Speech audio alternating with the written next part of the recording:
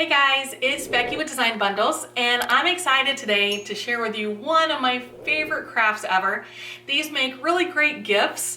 I personally love to give them away. They're relatively inexpensive. You can buy the substrate for about $9 if you catch it on sale. And of course, we grabbed another great design from Design Bundles. We're going to set up this design in Silhouette Studio, but remember that the same principles will apply for most of your designing software. So let's go ahead and jump over and get started. Now I'm in Silhouette Studio. If you guys know, I do print from Silhouette Studio for all my sublimation stuff. I really like it, but I started out as a Silhouette user, so it was just more natural for me. What I'm going to do is I'm going to go ahead and go to my page setup menu, and I'm going to change the machine to none, and my cutting mat to none, and my media size to custom. Now, 9 times out of 10, I print everything on my Super B size paper, which is 13 by 19. So I will go ahead and update that. And I'm going to go ahead and turn on my show print border. Now, if you noticed, I got this thin gray line all the way around the outside, but I want to show you something because sometimes that will not be accurate, or rather, that will not be the size that you are wanting to print. So I'm going to go to File and Print, and in here I will select the printer that I want to print with, and I'm going to go to Preferences, because every time I close and reopen my software, this resets, and that's okay. What you want to do is select your paper source. I print straight from the paper cassette. Your document size will usually be letter. Mine is Super B. And then I change my paper type to Premium Presentation Paper Matte, and my quality to standard. And those work really good for me. So once you click OK, then you can choose cancel, and then you should see the gray print border line should update to reflect your accurate print size. So I always start setting up my page setup. That way I know when I go to print that I shouldn't have any problems with my print, okay? Now I'm going to go to File and Merge, and I will bring in the file that I want to work with. I'm going to go to my downloads because, of course, I bought these awesome designs from Design Bundles, and I've already unzipped them. So they should be right down here.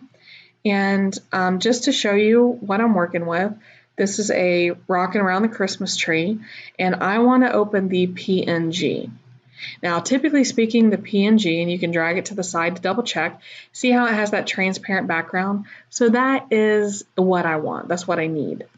And then I'm going to, you can do this by hand, or you can use the scale. See up here, once I have selected my design, I can come up here and type in my measurements exactly if I want to.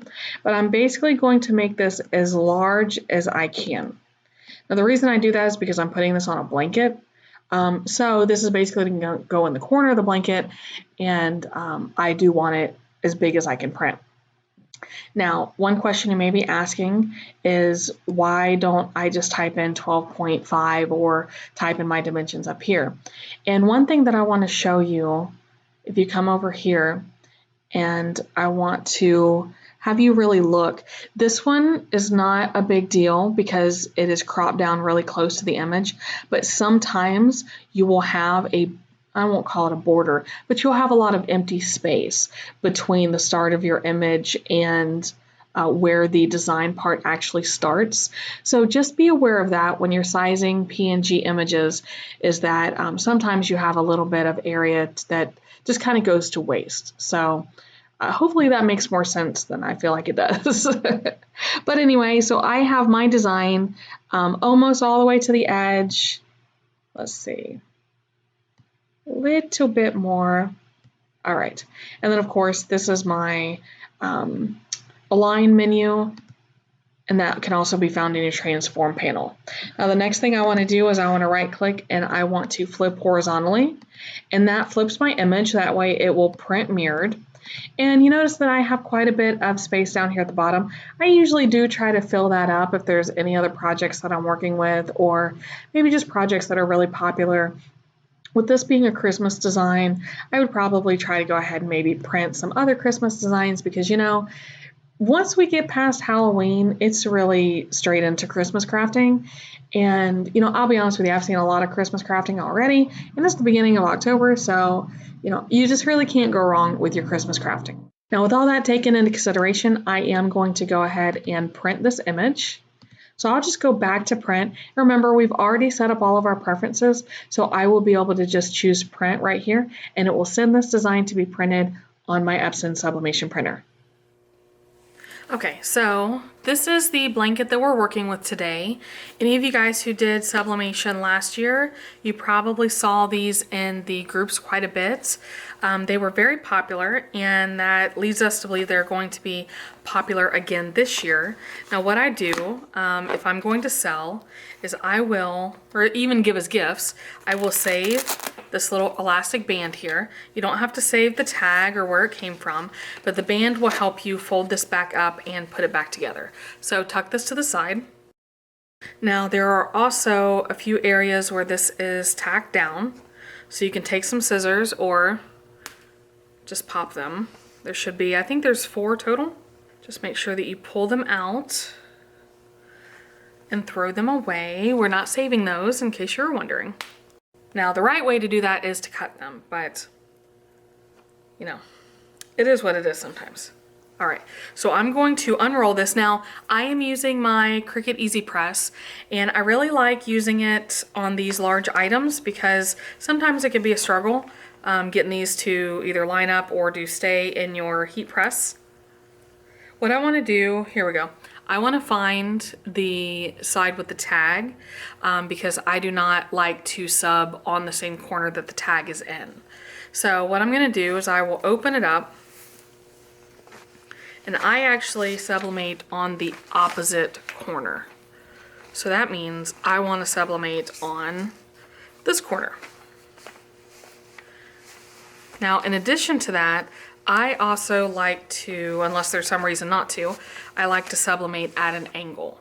So I won't do it a complete 45 degrees, but I'll do it just slightly off center. And this is the short side. Okay, so this is my long side, this is my short side. What that means is that if I were to drape this over my legs, chances are this is the side that would be long. Does that make sense? This is the side that would be towards the ground versus the long side. That way it goes up the top. Okay, I don't know. I could just be rambling, but that's my justification for this. So I'm going to grab my print. Ta-da! Now, I just want to say, if you notice, this has some pretty dark colors in it, and that's why when I do these, I try to select a design that is really heavy on the black and reds, even like a forest green or a blue. Those colors usually yield really good results on gray. I would not want to do this with a light colored design. Now I just sprayed it. I just have this Easy Tack repositionable adhesive spray. You can also get that at your favorite Sublimation blanks vendor. And I'm just going to position this, and I want to make sure I don't get too close to these seams. Okay, smooth it down. Now, I already know that this design is larger than my Easy Press, so I am going to go around in pieces and make sure that I sublimate the entire thing, just in case you wonder why I am moving it around. I am at 400 degrees for 60 seconds.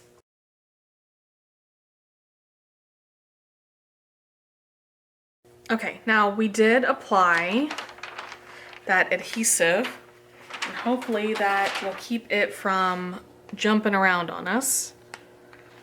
There we go. So I am really, really happy with this. As you can see, the colors, the red color is very dominant, and so is the black, and that's exactly the look I was going for. So what I'll do is I'll fold it up, and these also make great home decor because I can fold it up and hang it over my recliner, or like I said, they make great gifts. I also make these with permission from my local high school, of course, but with the school logos, and they're also great for fall football games. So tons and tons of uses, but this is how easy they are to make. So what do you think of our blanket? Super cute. Now I have gotten in the habit of just doing the corner, but you can technically do multiple designs or a repeating pattern on the blanket and just get that much more fun, right? Also, let me go ahead and notate, because I forgot to tell you earlier, if you go to pick these up, they have different colors. They have gray, blue, purple, and red. The gray is my favorite, and I will say that the blue, red, I'm not sure about the purple, but the blue and the red, people have reported that those discolor a little bit during the sublimation process.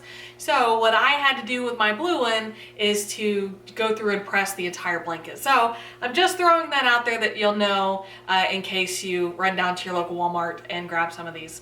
So with that being said, if you have any questions, make sure you post them in the comments. I will answer them the best that I can, because I really do love these blankets. And of course, make sure you subscribe to the channel, because we have a lot of awesome tutorials for you right around the corner. Thanks again, guys, and we will see you next time. Bye.